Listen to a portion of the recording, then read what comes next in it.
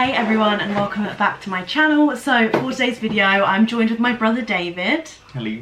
And we're going to be doing a little bit of baking. To be fair, we are essentially cheating because these are all mixes, but we just thought we'd sit here. It'll be fun to do whilst we're doing like a little Q&A. I asked on Instagram for questions if you wanted to know anything about us, like uni stuff, because we're both at uni. David's in first year. What do you study? Geography. At? Edgehill University. In? Liverpool/Ormskirk.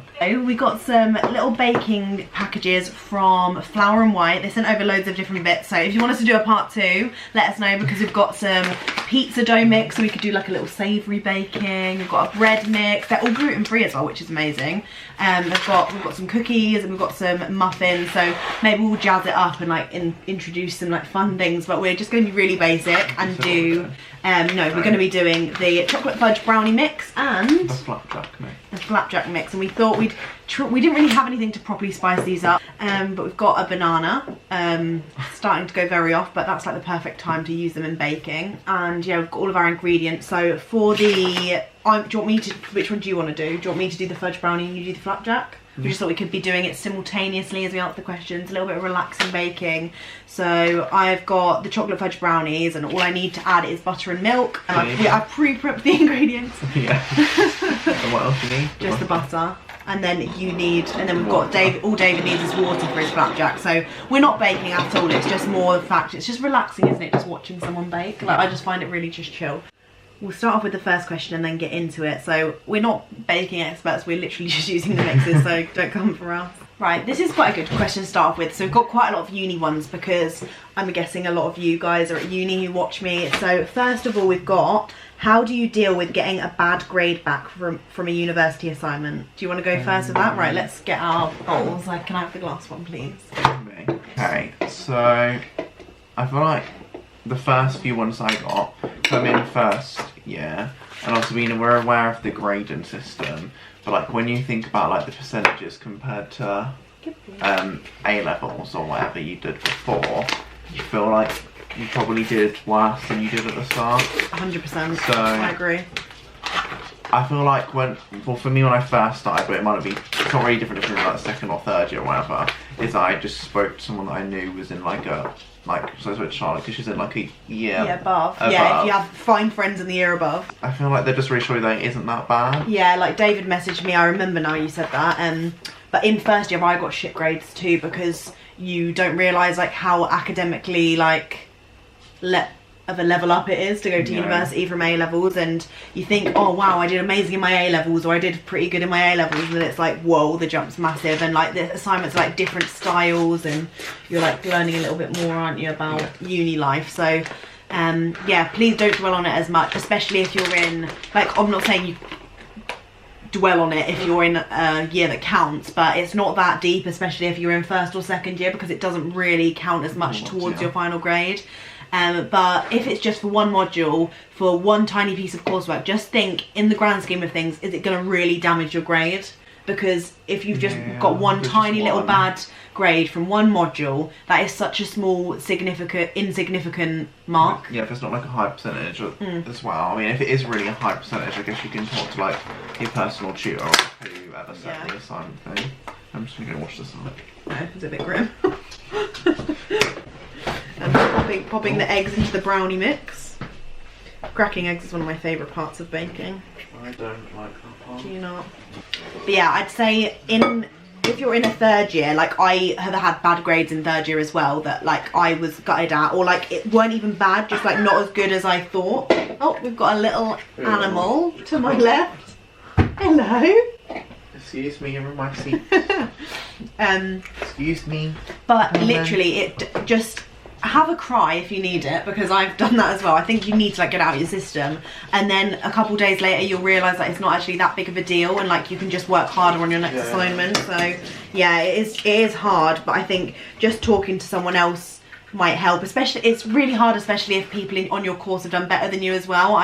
That's happened to me before, and I've been like, oh, I spent so much of my time on something and I got a shit grade. Or just focus on what that you did better at. Yeah. Doesn't really solve the problem, but no. Oh, we've got were or are you guys in any societies at uni? Tell your stories. I was in one. I did a badminton one.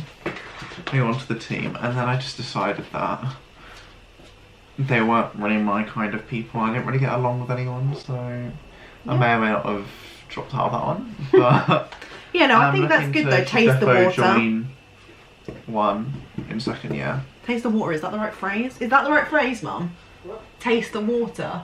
Test the water, not taste the water. It is testing the water out. It's trying something. But I'm definitely going to join one for second year. Yeah. With the rest of it. I recommend. I wish I started a society in first year. But I remember at the time thinking, I'm not going to join a society. This was so overwhelming for me. So at the same time, I probably, like, I was fully aware of it, and I think it probably wouldn't have helped because it's very overwhelming. For me, I think it's just depending on who you are as a person. Like, a lot of people need something like that to focus on. That amount of water in there. Yeah, that's what I thought. That's why I put more in the first place, because I think that's, like, I don't know. Give it a go. Give it a go, because at first when I put the eggs in here, I thought there's so much powder, there's like no egg. But now it's like gone into a nice consistency. What we're talking about societies. Yeah, so in first year I just knew that it was going to be overwhelming for me anyway, because of like adjusting to student life, and like I was already doing like my YouTube stuff. Like I had a lot of hobbies anyway. Like if you don't have a hobby or are finding yourself bored in first year, definitely join a society, because you can meet new people, which is a bonus, like make new friends, and you've got something to like look forward to every week. It's another way to like make your routine stable. Well, especially at my uni, there wasn't really tons. Oh, is there not? So, compared to other ones. We have tons of societies, like random ones. Like, there's a Jaffa Cake Society, which I should have joined. From the get-go. From the get-go, but there's like proper ones. There's a lot of sporting ones at my uni, which I probably would have liked years ago, because I used to be really sporty, and then I just sort of like stopped. I think maybe because I was too competitive and it was kind of damaging. It was damaging to my mental health. But yeah, so I just stopped that. I was going to join the dance society, but it was quite a lot of money to pay up front, so I didn't do that. Like something like there's this cheerleading one I think about, where you have to cost like £500 to do it. Yeah, that's mental. Like mine was literally 100 and something, and I was just like, I don't know. Like obviously I know it would be good for me, and in the grand scheme of things, it's not really a lot over the year, but to get a student to pay something like that up front is intense. Yeah. So we're gonna go brownie in there. We've got a bit of weird stuff going on, that's fine. Yeah, I definitely recommend it. It was really good for me. I did musical theatre in second year, but musical theatre and dance stuff, not dance actually, musical theatre is a very time consuming society in my opinion. Like I absolutely loved it. I did like a winter showcase and everything, but it was taking up like 3 nights a week for like 4 hours in the evening, which I think is quite intense on top of my degree, and then obviously my YouTube stuff as well, which I was obviously really enjoying and still am. But yeah, so I enjoyed it at the time, but I just definitely couldn't have coped with that in third year. So I think get your societies definitely done in the first few years at uni until things get serious. But if they keep you going, then just want to confirm I did actually wash my hands as well. Yeah. Right, so next question's actually a good one. It's from a girl called Sammy, and she said, what's the best advice you'd give to David about the rest of his uni experience? Really? That's an intense question. So I'd say, enjoy every single moment. Say yes to everything. In case a pandemic comes along, make sure it ruins your third year. Make sure you do everything you possibly can to fulfill your uni experience. I really want to do like a master's now, because I feel like I haven't had the proper end to my uni experience, so that could happen at some point. But live every moment to the full, like it's your last. Make as many friends as possible. Okay. I'd say make some more friends, because why not? Keep up if you can, keep up a society or something. Oh, I also joined, I've got to say, I did the like Peace of Mind Society, which is like a mental health like inspired one, where if you were feeling down or something, it wasn't like essential to go every week, but you could go and you could do like relaxing things. Like we had like a crafts thing for Halloween where we like all carved pumpkins, and they brought all pumpkins in and we like decorated them and stuff, and like just really chill stuff like that. Yeah, I'd say do something that will at uni that will take your mind off your degree. Like don't have your sole focus as your degree, otherwise you're going to go mental. Do all your assignments not 15 minutes before, because it gives you anxiety. And don't worry about your dissertation. I'd say that just as a general. don't worry about it, because a lot of people are like, oh my god, your dissertation. And I just think if you are prepared, you know exactly what you want to do, find something you're passionate about in your subject, then it's actually fine. Like if you do it in advance, like there's nothing to worry about. Because I, like at the beginning of third year, me, Megan and Hat were all like so scared, because everyone made third year out to be so scary, and like we couldn't sleep. Like it was, we were like on edge, because we thought, oh my god, this is our last year, and we have to make everything good. Like it was just very like overwhelming. But yeah, I'd say just don't worry about third year. Like obviously take it more seriously, because it's going to be your official like grade, but it doesn't need to be so scary. It's quite sticky now, it's sticky to the banana, but I mean, yeah, I'm just getting these last bits of butter for my side, I have to leave into the it to mixture. stand. I'm really excited about these. How close are you both in age, and have you always had a close relationship? Come on then. So I'm 18. I want to see your opinion first. Huh? I want to hear your opinion first. Okay. Wait, so the age difference is just under 3 years, is it not? Yeah. We're like 2 school years apart, but like just under, like, yeah, just under 3 years, because my birthday's in September and David's birthday's in July. So, wait, what's the... So I'm 21. I'm 18. Have you always had a close relationship? I'd say probably from... we start not pissing each other off. 14, 15? Would you say? Yeah. So probably since I was like 14, 15, and then whatever way Charlotte was at that time was probably when I stopped pissing her off. But I feel like since then, the older we've become, probably. Yeah. The closer. Because it's just like there's not really anything to argue about. Like. Yeah, we don't really argue now. Because it used to obviously be about like probably like toys and like games and just messing about and stuff. But ever since then, probably. Yeah, I'd more say is probably since like, I was in like a year 11, year 12. Yeah. That's my answer. And I'd say we were quite close compared to like a lot of siblings in terms of like. To some of my friends as well. Yeah. They don't believe about how close we are as well. Yeah. Agree. Your answer? And probably because we're so close in age as well, like it's not like... Yeah, it's not like it's like 5, or even 10 years difference, like because we're going through a similar time, like we're from the same generation essentially. So I've just put the brownie mix in this little container. So we're going to put that in the oven soon. So David's letting his flapjack stand. I'm going to do a little taste test later when David's back from work and they've all been baked and stuff. So yeah, we'll just finish off with the last few questions and we'll get back to you for the food. So last couple of questions we've got. How was David's first year experience being in halls and with his flatmates? Okay, I feel like even if you do predict what halls are going to be like at university, it's probably not going to be like that.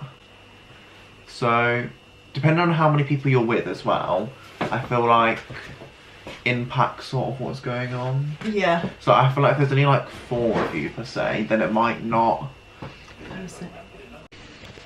No. I feel like it also depends on the amount of people that you're with. So in my one, there was 8 including me. So it's more likely for people to not get on. Yeah. I think it's silly and quite like, I feel like I was quite naive in first year. I thought we were all going to be best friends and like then live together for the rest of our life.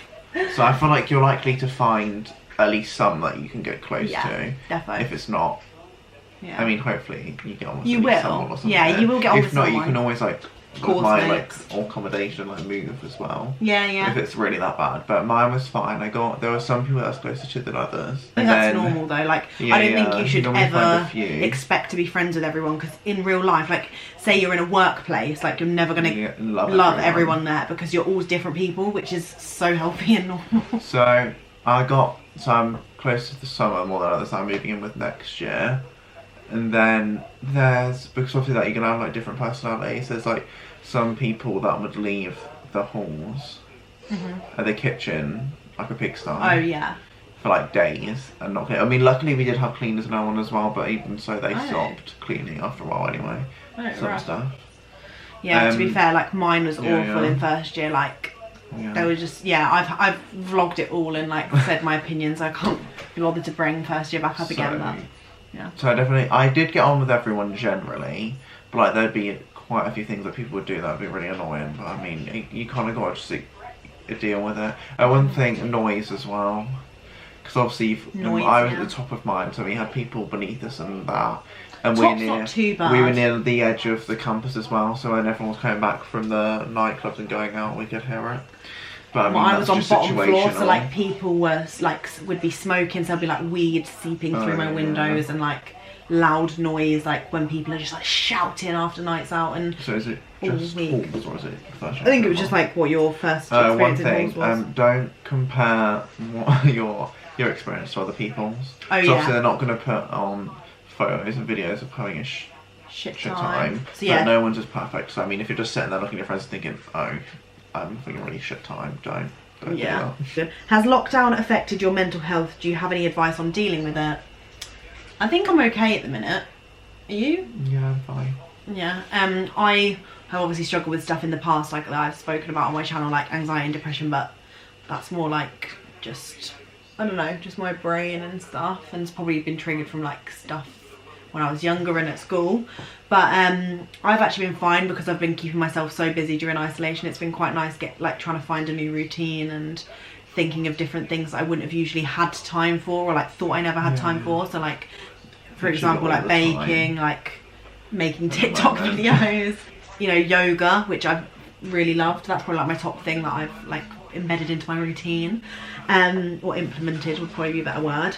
But yeah, so I think one thing that I feel like some people struggle with, maybe not necessarily like specifically mental health, is if you're at uni, doing the uni work while you're at home. Oh, it's so hard to keep motivation. But it's because like, I don't know, just because I'm not in a uni setting, and as well like my uni aren't doing online classes, and when they're uploading stuff there isn't always a voiceover, so like I feel like I'm literally just sometimes just looking at a PowerPoint slide thinking, I feel like I'm not getting my money's worth. Yeah. And I just feel like the motivation to assignments is just like, oh, I could do it tomorrow, but and like even though you've got nothing home, to do, you'll be like, I'll just do it tomorrow. And just not being in the right headspace and environment is difficult with uni work. But yeah. Any advice on dealing with mental health? I feel like I'm a bit more emotional, but I think that's just, I don't know. I think just generally quite emotional, like happy emotional and sad emotional, like just a bit of both, like crying wise. Know that you're not alone. Like a lot of people are feeling really low and weird because no one has experienced this before at all. Like no one has ever been through this really sort of weird situation. So just try and like tell yourself that like other people are feeling the same way, and that this is just a temporary time in your life. Like it'll go back to normal soon, and hopefully you'll be able to work on yourself then. And I recommend yoga because I think that's really good for the mind. I was thinking this one's quite a nice one to touch on. Someone put, how are you so confident? I literally don't even look at myself in the mirror. I don't know. I actually just don't know where it's come from. I just don't know. Sorry, David's friends have just put, how much do you miss us? How much? 100.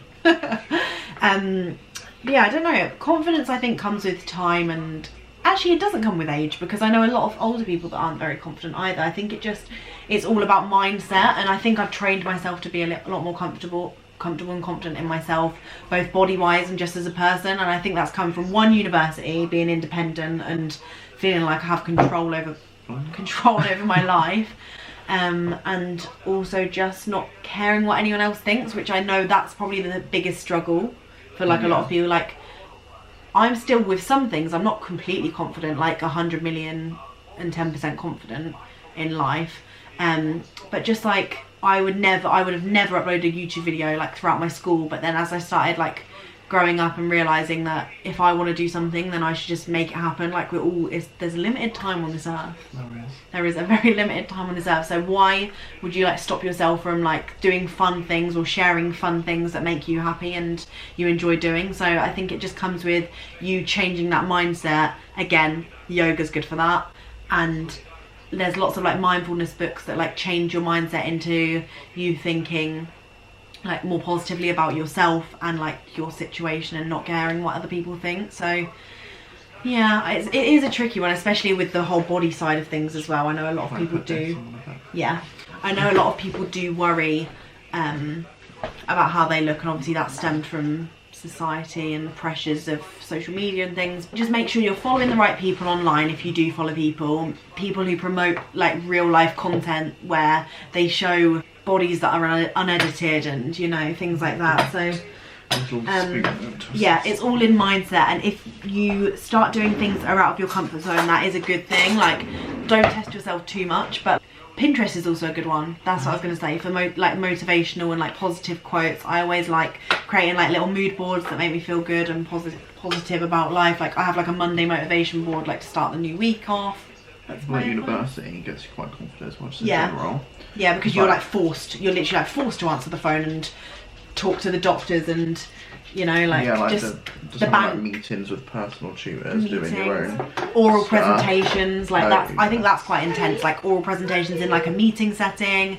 And yeah, I think university has definitely pushed me out my comfort zone, so I'd recommend going to uni if you are thinking about it, or like on the societies as well when you first start them. Right.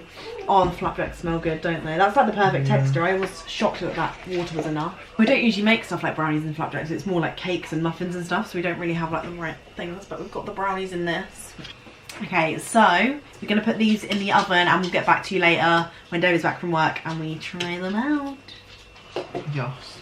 So I've just taken out the flapjack and the brownies. Because the brownies are in like a loaf tin, it's taken a little bit longer than usual when it started to like burn a bit on the edges, but we're not sure if it's like fully cooked inside because, you know, it's obviously quite dense rather than like a thin tray like this.